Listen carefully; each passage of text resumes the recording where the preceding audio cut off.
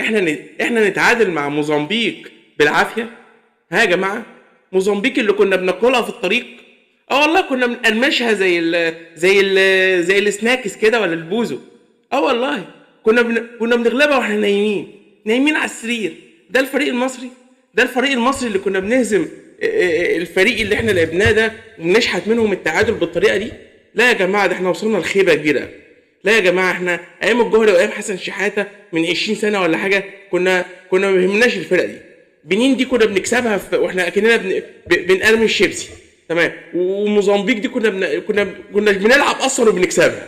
حد يقول لي ازاي هو كده؟ هم كانوا بيخافوا مننا ننزل، تمام، ما نلعبش خلاص، يبقى الماتش اتصفر على كده خلاص، واحنا كسبنا 5 من قبل ما نلعبها. هم لو لعبناهم بقى ايه اللي هيحصل؟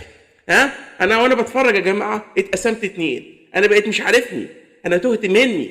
عبد الباسط